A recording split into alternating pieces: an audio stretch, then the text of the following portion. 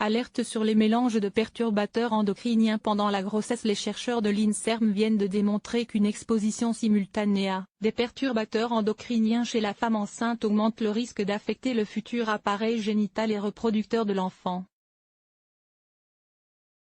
Des mises en garde contre les dangers des perturbateurs endocriniens sont régulièrement émises par les scientifiques. De plus en plus d'études mettent en avant leurs effets délétères sur la fertilité et les accusent de favoriser le développement de certains cancers. Mais peu d'entre elles se sont intéressées à ce qu'on appelle l'effet cocktail chez l'homme, c'est-à-dire l'exposition simultanée à des molécules potentiellement perturbatrices endocriniennes.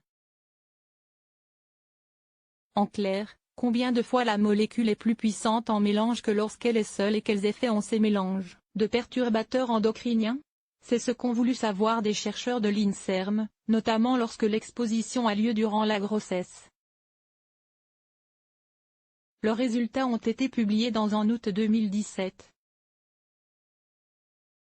Oui, il y a bien un effet cocktail, mais cette exacerbation des effets individuels est variable, de 10 à 1000 selon la molécule. À la seconde question, la réponse est également positive. Il existe une fenêtre de sensibilité bien précise au cours du premier trimestre de développement du fœtus pendant laquelle l'exposition simultanée à des doses faibles de plusieurs perturbateurs endocriniens laisse entrevoir un risque pour le futur appareil génital et reproducteur de l'enfant.